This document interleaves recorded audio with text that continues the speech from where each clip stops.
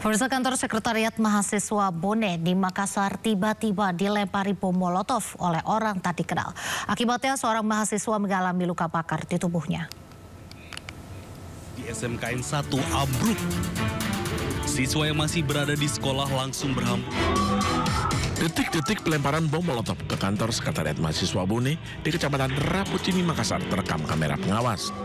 Dua orang berboncengan sepeda motor melempar bom molotov ke teras kantor, di mana saat itu ada 4 mahasiswa yang sedang berkumpul.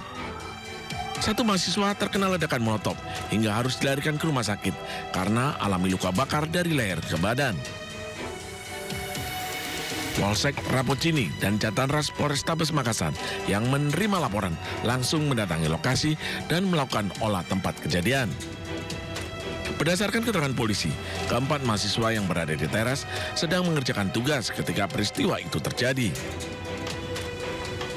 Jadi pada saat anak-anak mahasiswa di sekretnya lagi mengerjakan PR, duduk-duduk di teras, tiba-tiba datang 2 orang. Orang yang tidak dikenal langsung melempar botol ke dalam teras. Setelah dia melakukan pelemparan botol, langsung kabur. Jadi korban mengalami luka di bagian lengan sebelah kanan dan leher sama dada. Polisi masih mengidentifikasi 2 pelaku pelemparan bom molotov tersebut. Dari Makassar, Sulawesi Selatan, Yol Yusvin, iNews melaporkan. Pemirsa, Gubernur Jakarta Pramono Anung meninjau Tanggul Paswedan di Jati Padang, Pasar Minggu, Jakarta Selatan. Tanggul ini jebol saat hujan deras melanda Jakarta Kamis pekan lalu. Dalam tinjauannya, Pramono langsung memerintahkan agar tanggul yang roboh segera diperbaiki agar dapat berfungsi dengan normal kembali. Ia menyampaikan Pemprov Jakarta akan memikirkan solusi jangka panjang untuk menanggulangi masalah tanggul jebol ini. Pramono juga memastikan akan membangun waduk baru di Kelurahan Jati Padang sebagai solusi permanen mengatasi banjir yang kerap melanda kawasan tersebut. Untuk menyelesaikan persoalan di tempat ini, di Jati Padang, maka saya tadi sudah diskusi dengan Pak Wali dan Kepala Sumber Daya Air dan juga Kepala Dinas Sumber Daya Air dan juga dengan Pak Asisten Pembangunan. Ada 2 yang akan kita lakukan. Yang pertama dalam jangka pendek, tanggul yang roboh kita perbaiki. Kurang lebih berapa meter? 40 meter. Supaya apa yang selama ini sudah dimanfaatkan atau dirasakan oleh masyarakat akan kembali lagi. Tetapi dalam jangka menengah panjang, karena daerah ini adalah daerah catchment area dan ini juga salah satu muara dari Kali Krukut ya, maka harus ditangani secara menengah panjang. Nanti kami akan rumuskan apa yang akan dilakukan untuk itu. Kurang lebih di sini ada area 7 hektar. Dan area yang 7 hektar itu bisa menjadi catchment area sekaligus menjadi rumah susun dan juga tempat rekreasi seperti yang tadi kita lakukan untuk acara yang pertama, sehingga dengan demikian penanganannya betul-betul dilakukan bukan hanya secara parsial tetapi secara menyeluruh. Tetapi untuk jangka pendek, sekali lagi yang 40 meter tanggul saya minta untuk segera diperbaiki. Bakar di Jalan Kemanggisan Raya Palmerah, Jakarta Barat.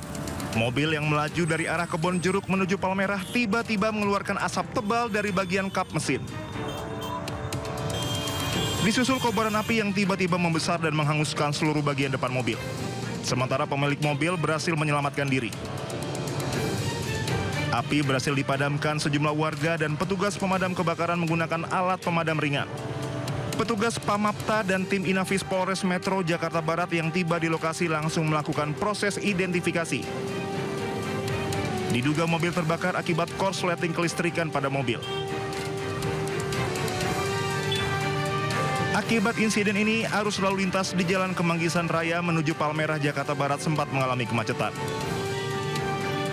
Dari Jakarta, Miftahul Gani, iNews melaporkan.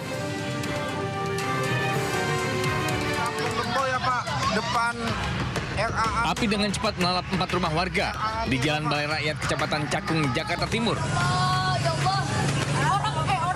Titik api yang berada di gang sempit dan padat penduduk membuat api cepat merambat. Petugas damkar pun harus susah payah berjibaku memadamkan api agar tidak meluas. Diduga kebakaran akibat penghuni rumah meninggalkan kompor saat tengah memasak.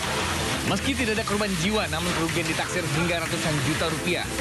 Api bisa dipadamkan 1 jam kemudian dengan menerjunkan 10 unit mobil damkar. Dari Jakarta, Miftahul Gani, iNews melaporkan.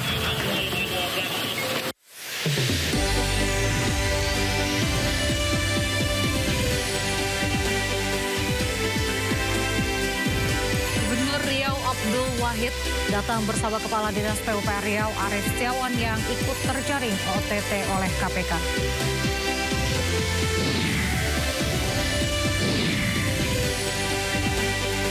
Timnas Indonesia U17 akan mengawali laga Piala Dunia U17 2025 Grup H dengan melawan wakil Afrika Zambia U17.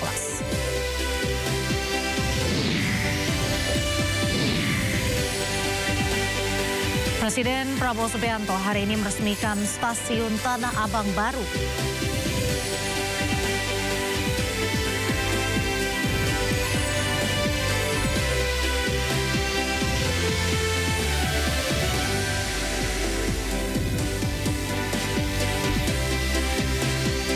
Halo pemirsa, KPK kembali melakukan operasi tangkap tangan. Dalam operasi tangkap tangan melibatkan Gubernur Riau Abdul Wahid. Sementara itu, berjuang di Piala Dunia bagi Timnas U17 bukan hanya angkat.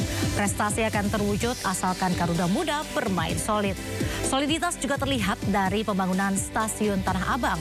Wajah baru, fasilitas baru makin nyaman membuat Presiden Prabowo senang. Bersama saya Reza Nadia, Anda menyaksikan Sindo Sore. Pemirsa, kebakaran besar melanda kawasan Pasar Lama SGC Cikarang, Kabupaten Bekasi, Jawa Barat. Kobaran api dan asap hitam nampak membumbung tinggi hingga mengakibatkan pedagang yang tengah beraktivitas menjadi panik. Banyaknya bahan mudah terbakar menyebabkan api cepat merembet dan melalap lapak-lapak pedagang. Petugas damkar segera datang ke lokasi dan berusaha memadamkan agar api tidak meluas.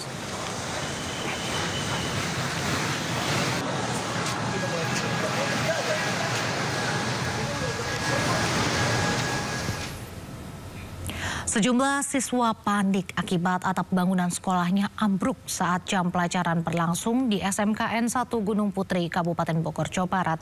Akibat rubuhnya atap, sejumlah siswa dikabarkan terluka. Semoga program perbaikan sekolah yang rencananya akan menggunakan uang sitaan kasus korupsi CPO dapat terrealisasi segera.